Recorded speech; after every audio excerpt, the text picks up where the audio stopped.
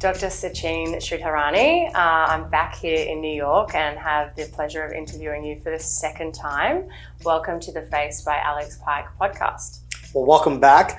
I don't know what made me so lucky to draw the long straw in this case, but I'm really honored to be back on this podcast because I just have such incredible confidence in how well it's going to be received. So thanks again for taking the initiative. We spoke last time about the non-surgical aspect of your practice, which you are a world industry leader in education in aesthetics for non-surgical treatments. But first and foremost, you are a Fifth Avenue plastic surgeon, and we had some discussions around, the advancements in body surgery, and at your practice here in New York, it's one of the things you specialize in. So, in Australia at the moment, there is a lot of talk about certain anti-diabetic medications or injectables for weight loss. Sure. And, in my practice, for example, I've seen a lot of changes with patients having enormous amounts of weight loss and how that's having an effect not only on their faces, but on their bodies. Can you talk us through, firstly, what is this diabetic medication? Sure. No, so we're jumping right into it. Advances indeed. So I think what we've really seen here in the US over the past year in particular is an explosion of interest. It's in our practice or just kind of throughout the entire country on individuals being excited about being treated with these drugs. Like, for example, you may have heard of Ozempic or Wegovy or Mounjaro. These are a class of injectable-based anti-diabetic or diabetic medications for people that have type 2 diabetes. And what we've always found with people that are being treated with this is that they seem to have a lot of health benefits for patients that are, diagnosed with type 2 diabetes, but also finding that they had a fair amount of weight loss in a relatively safe and effective way, and then maintenance of that weight loss while on the medication. So what's happened is, the medication, for example, for Wegovy and for Ozempic, which people are hearing about, is called semaglutide, and it's tirzepatide for Mounjaro. And basically, Ozempic was the medication that was approved for diabetes, and Wegovy, a separate clinical trial with the same actual active ingredient, the semaglutide, was performed specifically for looking at weight loss in healthy patients that just need the weight loss, but not necessarily the diabetic patients. So I think because Ozempic was the first drug, it gets a lot of traction in that way, but usually what we're trying to prescribe is Wegovy, with it being semaglutide. And so can I interrupt you? So absolutely. What is the difference between the injectable form and, say, metformin, which is a tablet form? Sure. Well, they do different things, right? So, and I don't pretend to be an endocrine specialist, but at the same time, knowing these medications, they are designed to help improve overall your one's hemoglobin A1C, the amount of glucose that's circulating in the system, because we know that someone who's running in hyperglycemia or treating the baseline issues with diabetes means that they're increased risk for so many problems, whether it's a retinal issue, circulation issue, etc. So a tablet form like metformin, for example, has some really nice metabolic effects. An injectable like semaglutide is going to work in a different pathway. So they do different things and sometimes have to be even used in conjunction with one another as multimodal therapies or treatments. Not everyone who has diabetes is a candidate for a metformin or for semaglutide, but a lot of patients typically do have the benefit of these treatments or injectables. But at its core, what these medications do, the injectable versions, is they curb one's appetite by delaying gastric emptying. That means slowing the passage of food. So if you have while you're here in New York, if you go out and have a slice of New York's famous cheesecake, for example, or even some cheese pizza or anything like that, if you were taking one of these medications, you're going to be full or have an increased satiety a lot quicker because it slows the emptying of the food bolus that hit your stomach through your intestinal tract and then, of course, out as waste. So that's pretty much how it works.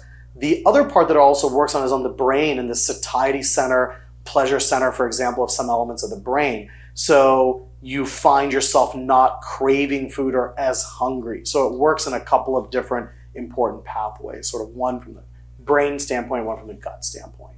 So we're seeing in the media everywhere, and have for the past 12 months, enormous amount of weight loss in the celebrity community, Sure. which they are not, coming forward and really admitting that they're taking these medications, but it's assumed so.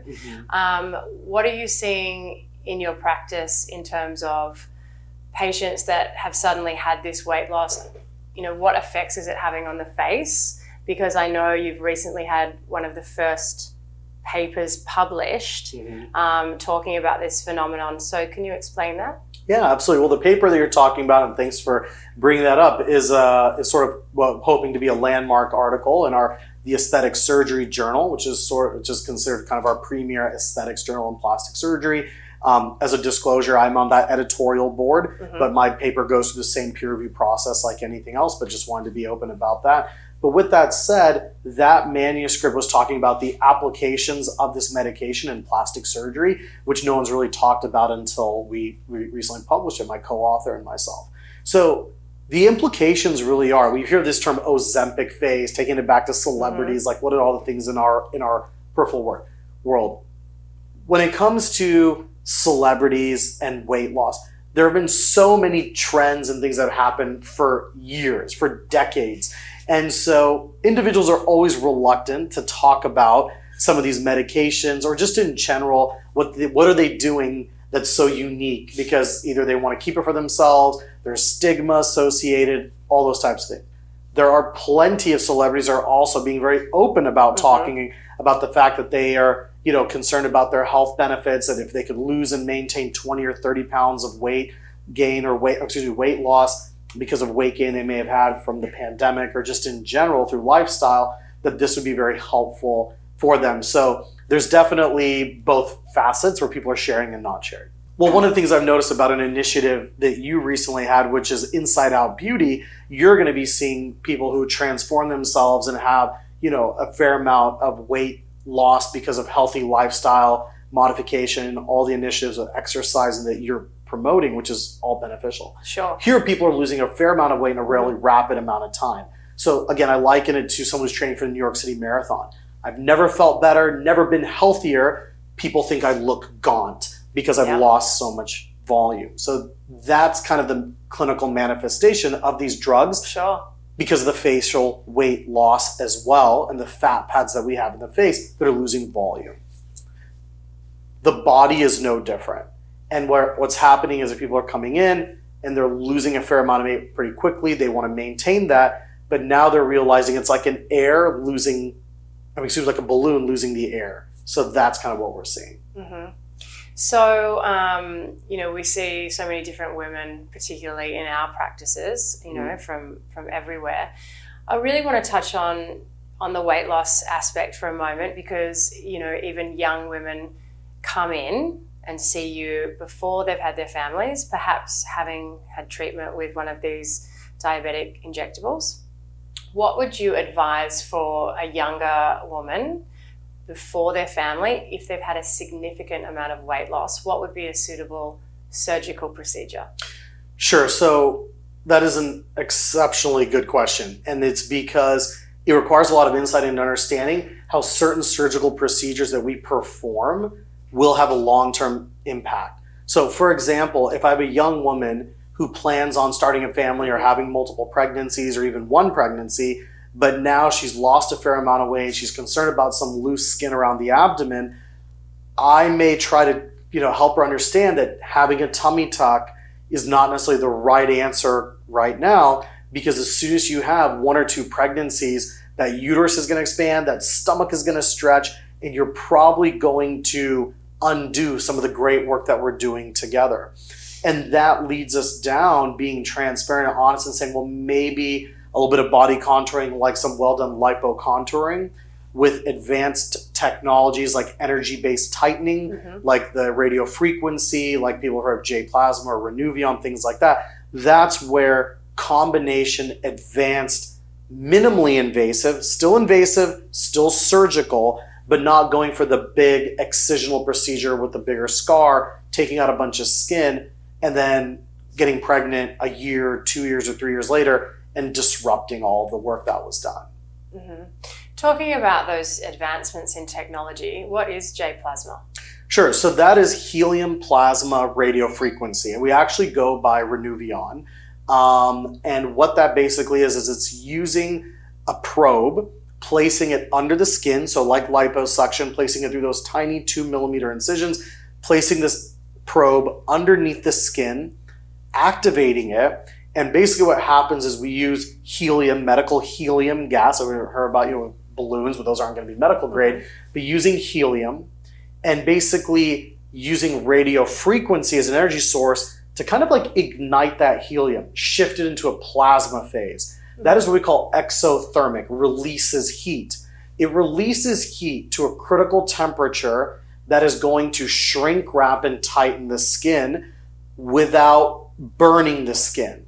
Now, you can create a burn. There are always drawbacks. If you keep the probe in one place for too long, it could heat and burn the skin. But we do it in a safe capacity, so we don't do that. But pretty much what we're doing is shrink wrapping and tightening the skin from the inside by using energy like radio frequency to heat the tissue. But also removing the fat at the same time. Correct. So we do that in exactly with well done like Lipo 360 or well done body contouring with lipo contouring or liposuction. So at the same procedure, I suction out the fat first, contour, do a little bit of abdominal etching, for example, or if I'm treating the neck and jawline, suction out that fat, then use the probe at the same time while the patient's comfortably asleep, heat and shrink wrap the skin, which gives it a nice dual purpose. So we're subtracting fat and then at the same time adding heat to create tightening and improve the texture and quality of the skin. So in terms of the younger patient that we were speaking of, if they were to come in and you had advised that a tummy tuck might be not the best choice considering they may have a family in the future, you would do the liposuction and J-plasma to sort of tidy up the area? Exactly, assuming that they don't already have a lot of loose skin. No amount of Renuvion or J-plasma, those words can be used interchangeably, is going to take skin that's hanging over, shrink wrap and tighten it up, and all of a sudden it's this magic bullet. That patient does need a tummy tuck. And there's actually there's no harm with performing a tummy tuck on a young individual that may want children in the future if they're uncomfortable with their current body and the nature of overhanging or loose skin, from whether it was a fair amount of weight loss from an injectable, like an Ozempic or a Wegovy or Mounjaro, or maybe they had massive weight loss surgery or things like that, and they have lost a lot of weight and already have loose skin. That woman may not feel confident. Man, for that same example, but because we're talking about women carrying a term pregnancy, she may not feel comfortable to move on with that next stage in her life socially or from an intimacy perspective until she has addressed some of those things. So this is where that important relationship and lengthy consultation process and counseling in that patient comes into play. I'm going to meet with that patient multiple times to make sure that she understands what those manifestations will be once we do a tummy tuck, and if you were to want to have a child. You're not going to injure the fetus, you're not going to do anything that's dangerous, but at the same time, we shouldn't just have a one-time consult and let's go to the OR type of situation. More commonly, you would see patients that have had their family. And, I've spoken about this on a previous podcast about the term mummy makeover, which, I don't love because it makes a surgical procedure seem like, a beauty treatment, as I've said before. What are women saying when they come in after having 2 or 3 children? Like, what are their concerns? Well, almost all of them always bring up and say, the last one did me in, right? Yeah. They point to it. So I was like, all right, pick a favorite, right? So that's always kind of a fun conversation when they hear about what their journey may have been, because maybe they had 2 or 3 children over the course of a decade, or maybe they've had them consolidated pretty quickly. So there was sort of like a quick bounce back. The body felt great, and then again, like may have, then had its aging in those issues. So those are certainly some of the just brief conversations. Now, with that said, the areas that patients notice the most amount of changes, of course, the stomach, because of the uterus expanding and stretching it out. Often the breast, because the breast will engorge, whether or not my patient chose to breastfeed, that plays into it, but just the engorgement from the hormonal changes and the oxytocin and the prolactin, the hormones that create milk letdown and also allow for engorgement of the breast, that's going to stretch and then again also deflate the breast. So those are the typical areas. But then followed by that are the inner outer thighs and hip region, because also the pubis had to expand for the birth canal to allow for the delivery, especially if it's a vaginal delivery. So those are the main areas in particular. So in your experience, is it better for the patient to stage the process, to come in and have their breast surgery first? I'm assuming some of these women would need a lift in combination with an implant. Do they have the tummy tuck at the same time, or do you break up the procedures? So I often prefer to break up the procedures purely because of safety considerations. We are learning all the time about how length of surgical procedure under anesthesia can lead to the increased risk of some of the catastrophic complications that we can see, like blood clots or other complications and wound healing problems, increased infections. So these are things that we've known for a long time, but we continue to refine down the fact that we can understand that the longer you're asleep, there are increased risks that can occur. These are big procedures. We don't want to marginalize them by just calling them a mommy makeover. I want to scare someone out of something, but I want to scare them into knowing that this is a serious procedure. It needs to often be staged. If you're talking about someone that needs lipo 360, so meaning suctioning the upper, lower abdomen, the pubis, flanks, upper back, the chest sidewall, kind of side boob, you need to circumferentially address their body, that takes a few hours and is a pretty significant physiologic hit. Now, if you also do that and then go into a hip-to-hip cut, an incision to remove all that loose skin, you're now talking several hours and also an increased risk of complications like wound healing problems or also possible blood clots. Can we go back to that for a moment though? Of course, yeah. Like, what is lipo 360? Yeah, so lipo 360 is also kind of a colloquial term that we use, which pretty much talks about 360 meaning 360 degrees, circumferential. So we're suctioning basically from right below the breasts, right, the upper abdomen, all the way down to the pubis. That'd be 180, that's half of it, the front half. And now imagine spinning the patient and then also suctioning their flanks / love handles, their lower back, their upper back, that side boob, kind of chest sidewall, all of those areas. So we're basically addressing circumferential from the pubis all the way to the breast, 360 degrees around. So a patient's having lipo 360. So you have done that surgical procedure. Are you then going on under the same anesthetic and doing a tummy tuck? Right, so that's what I was saying, is that a lot of people will position knocking it all out at one go, and that's where you start to potentially run into some issues.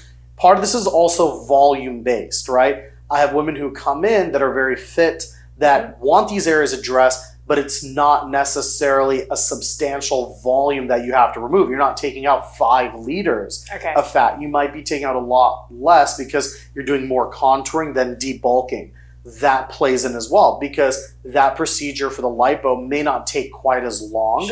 So now you're able to expedite without rushing through there and then go and do the tummy tuck. But it still does increase your risk of complications. So in a perfect world, I often prefer to stage the lipo suction component if I'm addressing all those areas, let things settle and heal, and then bring the patient back in as early as even 90 days or 120 days, just 3 or 4 months, and then do a beautiful tummy tuck to remove all that additional extra skin.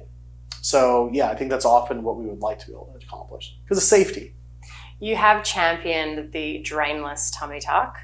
Talk to me about how that came about and what is the benefit of a drainless tummy tuck as opposed to a tummy tuck with drains? Sure.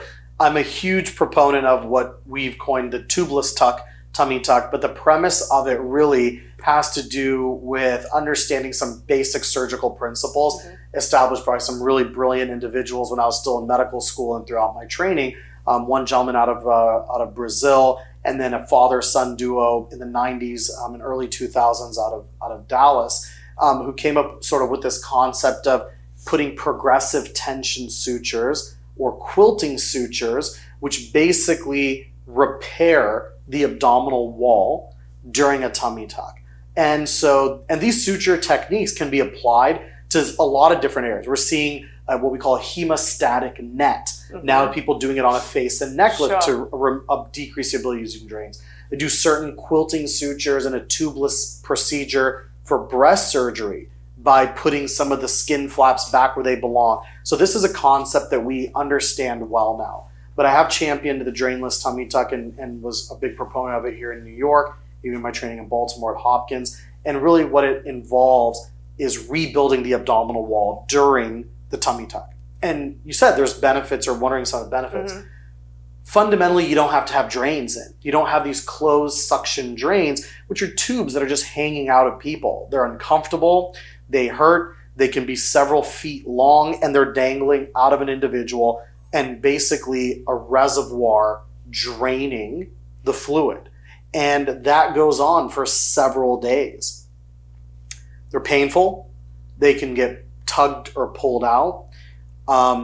When they are in, there's a concern of theoretical increased infection because of a foreign material sticking out of you. So patients often get put on unnecessary longer-term antibiotics for weeks after elective cosmetic surgery. So these are all of the risks and things that you may not want in a with drain approach. This eliminates all of that.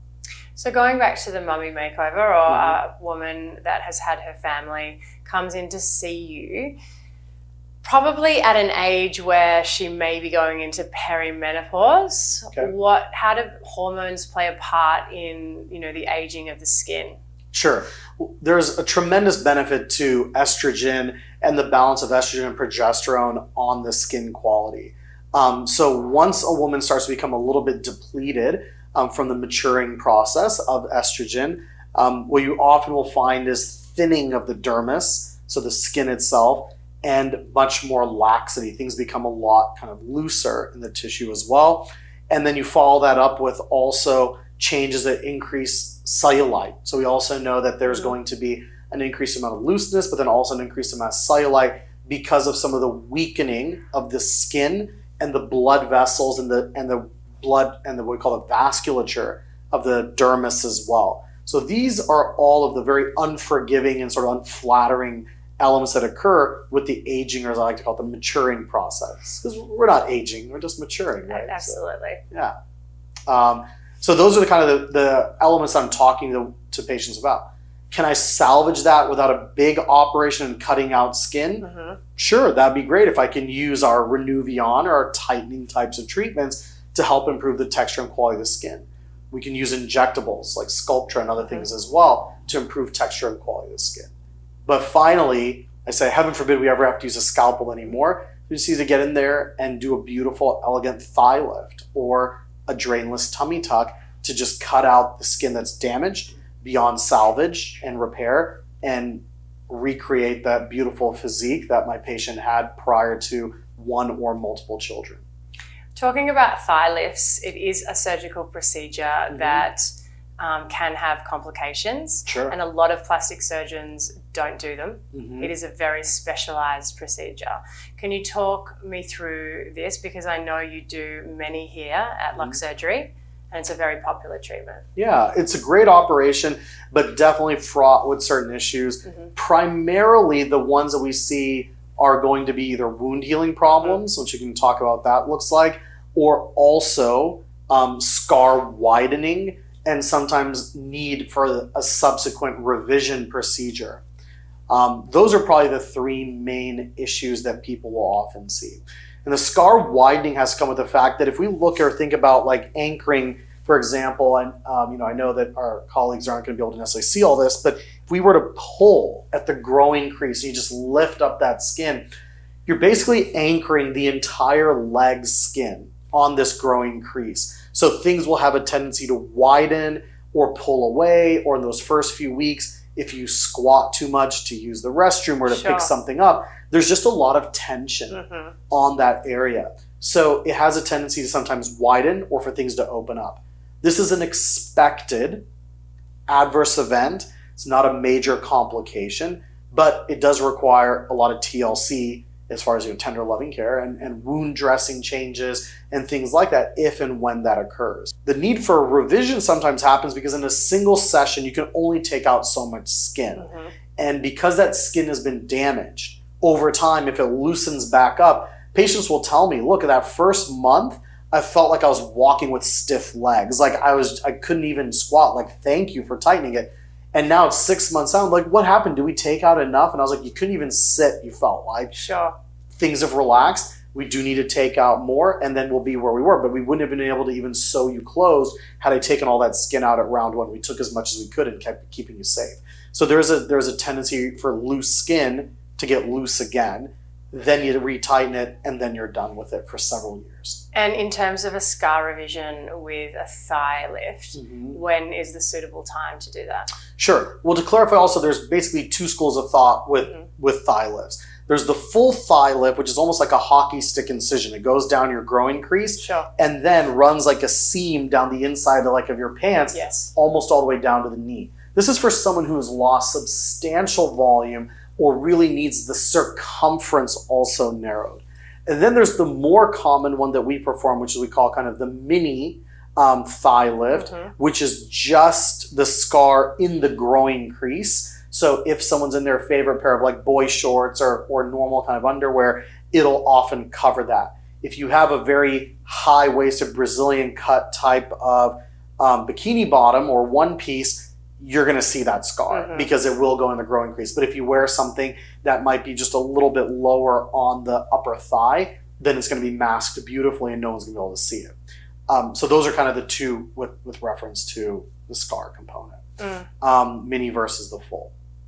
I spoke with another plastic surgeon about scarring in terms of thigh lifts, and he said that he asks his patients to draw with a Sharpie, the scar on the inner thigh and walk around with that and see if they can handle it. Sure. So is that something that is it that obvious?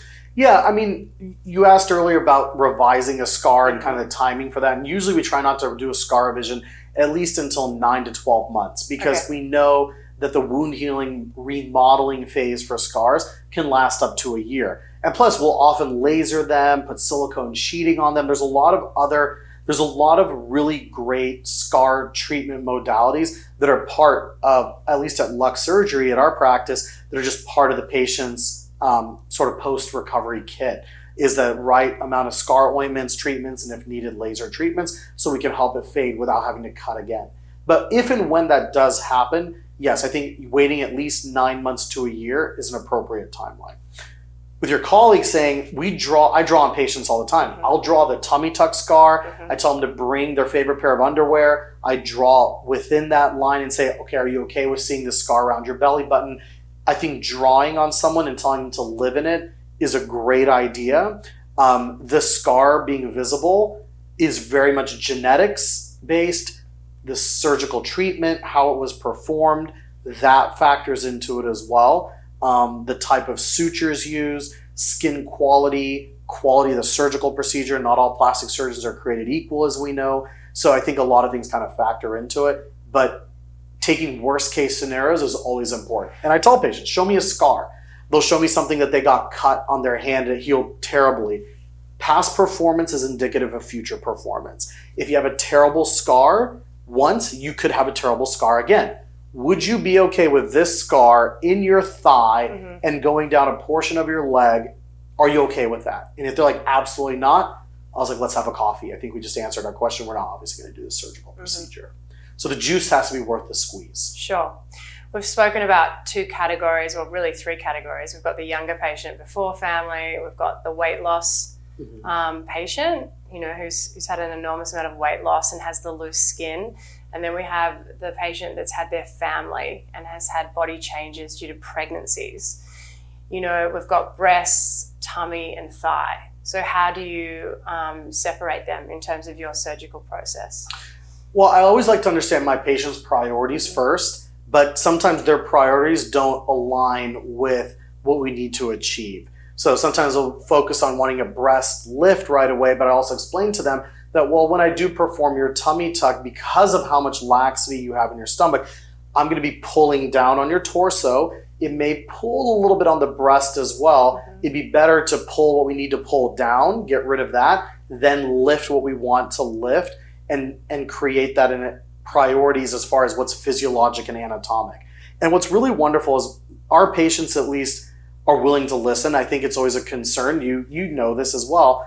When you create a recommended treatment plan, right? You have a recommendation on what you think is appropriate because of your vast experience. And like, great, thank you. This is what I want to do anyways. You kind of have to take pause. Sure. Right? This isn't buying the newest iPhone and getting the color that you're like, well, this will match best with your clothing. You're like, yeah, but I really do like the black one. I don't want space gray. I don't want white. Sure, knock yourself out.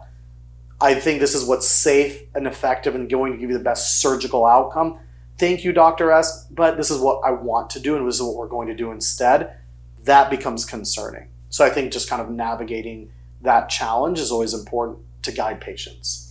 Can we talk about hip dips? Because we're seeing it a lot in social media and there's non-surgical options for hip dips. Yeah. So what would be your preferred treatment plan for that? Yeah, so first of all, just identifying a hip dip, of course, for our colleagues out there, that or for our listeners is going to be basically if I'm looking at someone from the front or behind, I can just see almost like a cavitation at their outer hip. So they almost look like they've got a waist, then a bump from their iliac crest, then again a dip, and then again sort of where that saddlebag fat is in the rest of the thigh. And why is that happening? Well, there's genetics, so we can always thank mom and dad for it. We can blame our parents for just about everything. I think you said a lot of things start from childhood, if I'm not mistaken. Yes. Yeah, so I've heard that before. So we could also blame our parents for hip dips. But basically there's a genetic component and there's also going to be a hormonal component. Also, how does one deposit fat? Sometimes you don't really have a bad hip dip, but if we are someone who puts a lot of weight on in our love handles and our saddlebags, you're going to then, by default, it'll look like you have a cavitation in your hip dip, but it's more that you have a higher peak than a bad valley. So once we get to the root cause of it, how can we treat them non-surgically? We can treat them surgically, of course, with fat grafting, but non-surgically, I love using biostimulatory fillers for this. Okay. And biostimulatory fillers are going to be fillers that are basically triggering our body to create collagen. So we're not just taking our HAs that you inject every single day in your very robust and busy practices out of your multiple clinics. Of course, we know about your strategy and world domination. So congratulations on that. So some of the best treatment options are going to be our biostimulatory fillers, and there are different brands, of course, for them. But really, at its core, they are either hyperdilute calcium hydroxyl apatite. We call that CAHA, and that's branded and sold as one product. And we also have injectable versions of PLLA, poly-L-lactic acid. And that is going to be a biostimulatory filler that basically also tricks the body, or stimulates the body rather than tricking it, into producing its own collagen. It brings those monocytes, macrophages, fibroblasts. We love fibroblasts in aesthetics typically. That's what produces the collagen that we want. And so those products will basically trigger the body into producing collagen. I want to touch on patient safety because social media has made it a minefield to choose an aesthetic provider. There are so many online. What is your advice to patients that are looking for a plastic surgeon to do their body surgery? Sure. Well, I think first of all, credentials are really important. Board certification, for example, in the US by the American Board of Plastic Surgery, at least tells you that they've gone through a certain element of rigor.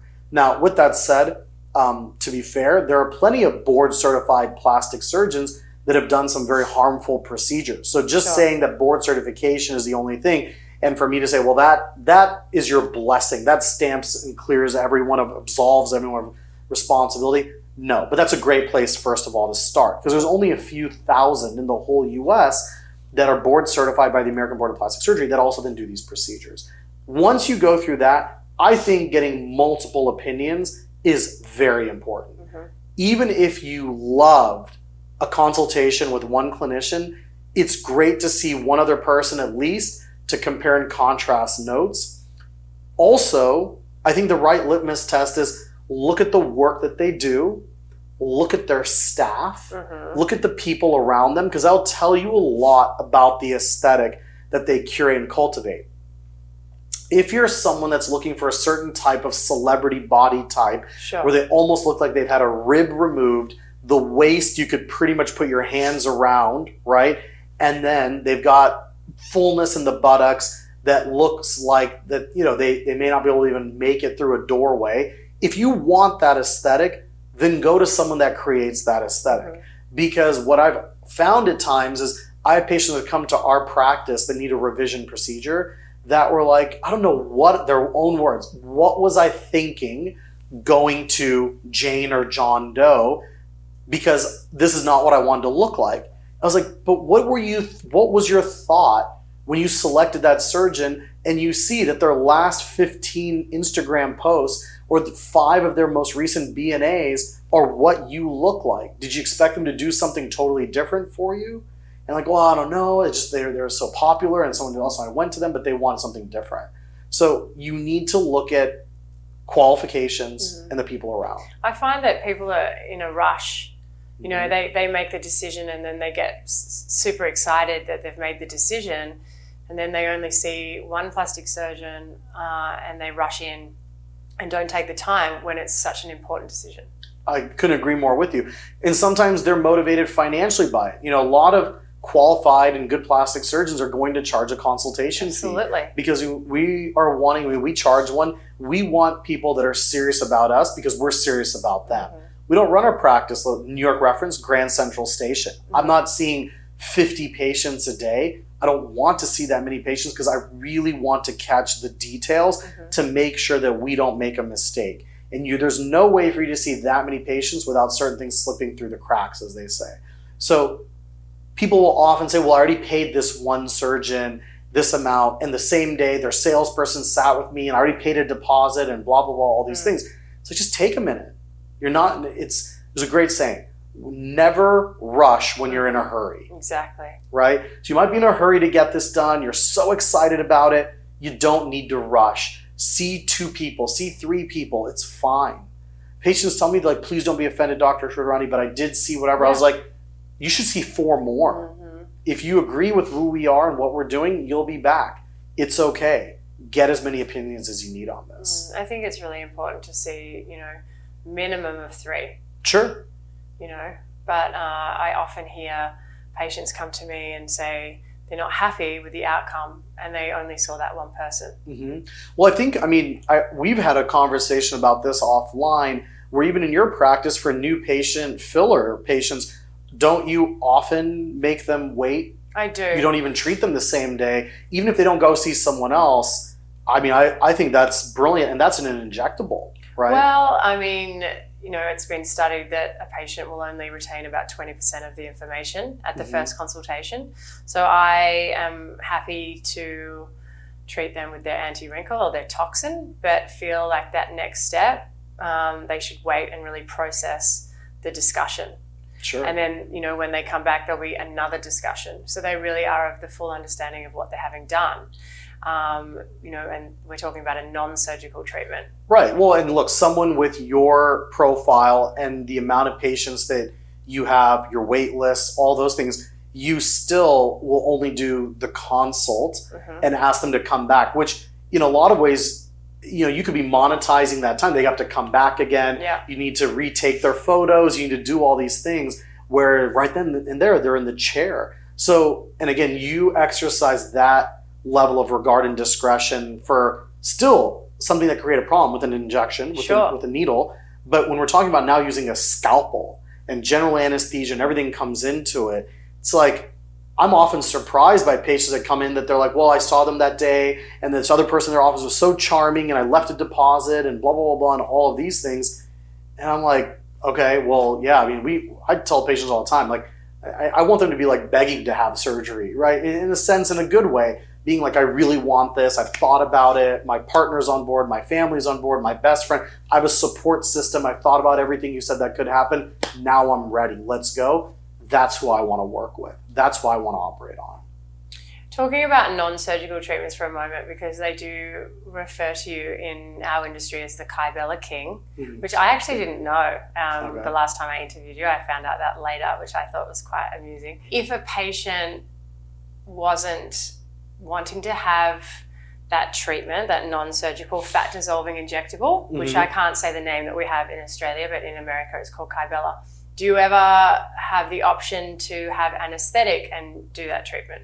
Sure. So if we're talking about injections under a little bit of sedation or anesthesia, absolutely. We treat that procedure, I call it surgery in a syringe for a reason, because you can get surgical type outcomes. I do find myself, I would say pretty frequently performing injectables under a light amount of anesthetic for the body procedures in particular, because you're covering a lot of ground. And when you start thinking about wanting to get them comfortable with lidocaine and the number of injectables, letting the patient have a slight amount of sedation like twilight and letting them take a nap for something that's very comfortable and only then takes a few minutes, I think is often a really nice alternative for patients, because there's a lot of folks that when you tell them, well, I'm going to need to inject you about 200, 300, 400, 600 injections in a single session, like, are you kidding me? Is there anything else you can do to help offer me, that option? So yeah.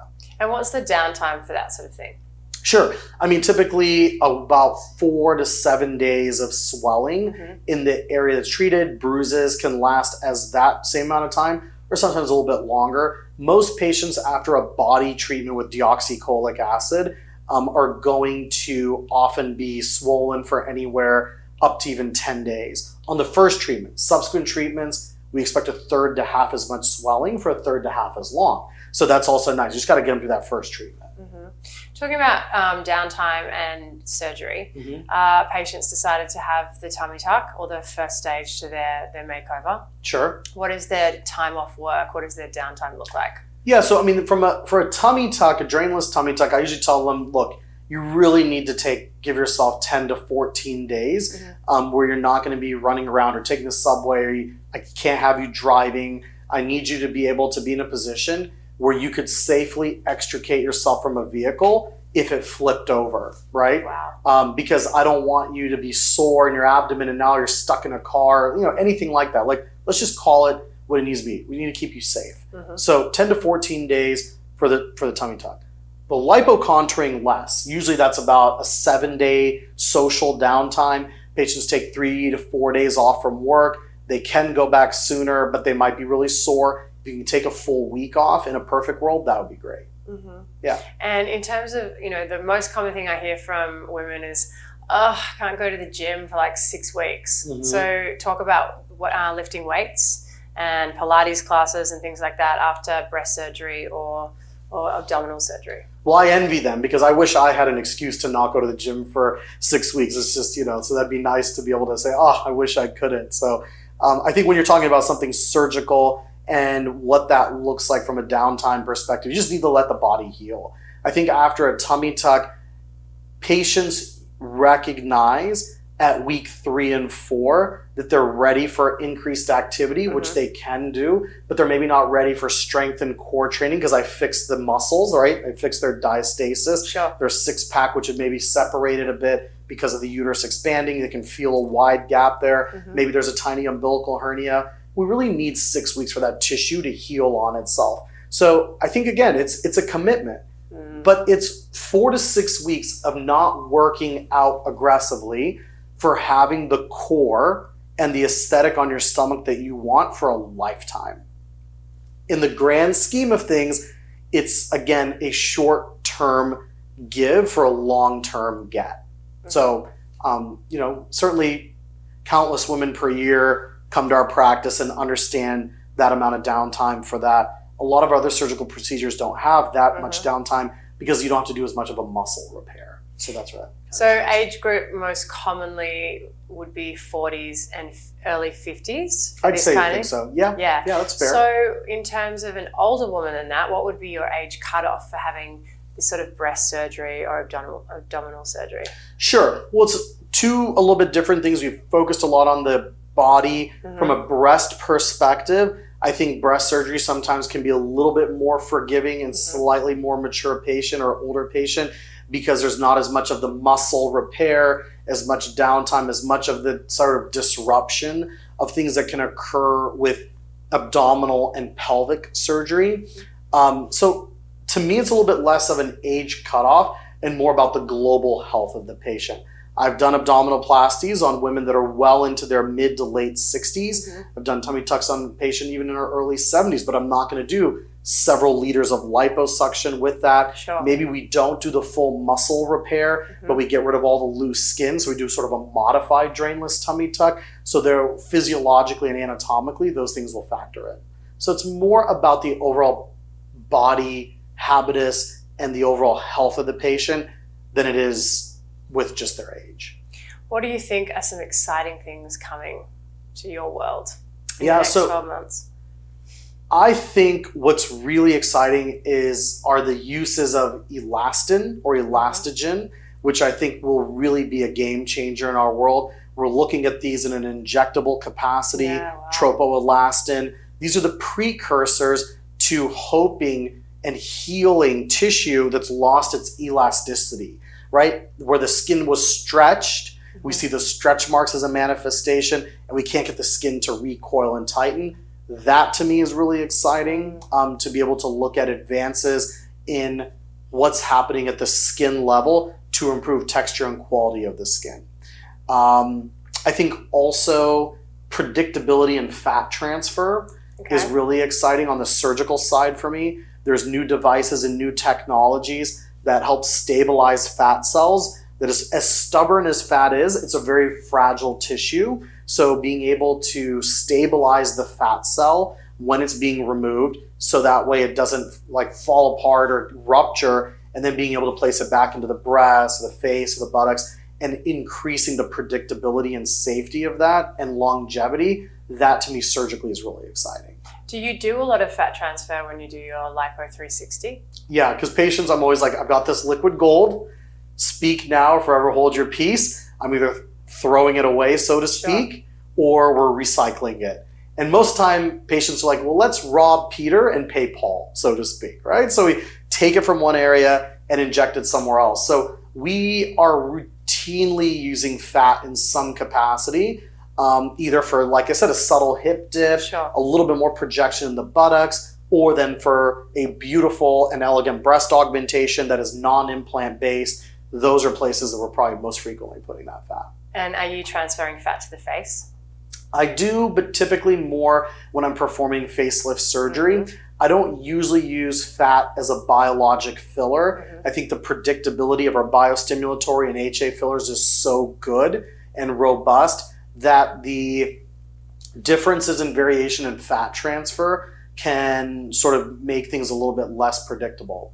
Also, because we are now using so much more of the injectables that you astutely brought up earlier for weight loss, remember fat is going to be dynamic. If you put on weight after your fat transfer, your facial fat will get bigger. Absolutely. If you lose weight after a facial fat transfer, your face is going to get gaunt anyway, so you're now back to putting HA filler in. So you have to have a very, very tight, stabilized weight and weight sort of management to enjoy the benefits of facial fat transfer. So if a patient a person has lost a lot of weight, what's one piece of advice that you would give them? Make sure that your weight is at a stable plateau for at least 6 months before you start doing something major. Because we know that there's a yo-yo effect with weight gain and weight loss. So I think stability and plateau are the most important, and it's sustainable however you lost the weight. So if you give it 6 months and you're not seeing a huge fluctuation in putting on weight again, or you're not still losing more, then that is going to be important. Because I have patients that I'll get down to a certain weight, they're like, well, I lost 20 pounds, I'm ready for my body contouring surgery. And then I do their lipo and their fat transfer, they love the look, and now they're on a mission to lose 20 or 30 more pounds. And now everything that we did on their fat transfer for their breast is gone. Like, well, my boobs are gone. It's like, but you lost 30 pounds after you told me you weren't going to lose any more weight. And that's after I did lipo on you. So you're actually down like 70 pounds. Like you should have, that should have been your goal to begin with. So things now changed again. And what's next for you? What's next for me? Well, I think there's a lot of interesting things professionally and personally on the horizon for me. I think there's a lot of excitement in what our practice is doing. I actually am going to find myself in your fellow Countryland, lucky coming down you. there. I know, exactly. Very We'll fortunate. be very happy to have you there. Well, I'm going to be very honored to be there and be spending some more time there. So that's really exciting for me, and that's on the horizon. But I'd say probably our new partnership with a private equity-backed organization that's in the large kind of scaling of aesthetics and taking on a director role within that organization is really exciting because we're going to help shift and shape the future of aesthetics in the US market. So I'd say that's probably one of the more exciting things that's on the horizon for me professionally. Amazing. Thank you so much for joining me today, Thank you for having me again. It's an honor to be Dr. here. Sachin Sridharani. Thank you. Great to be here. Thanks.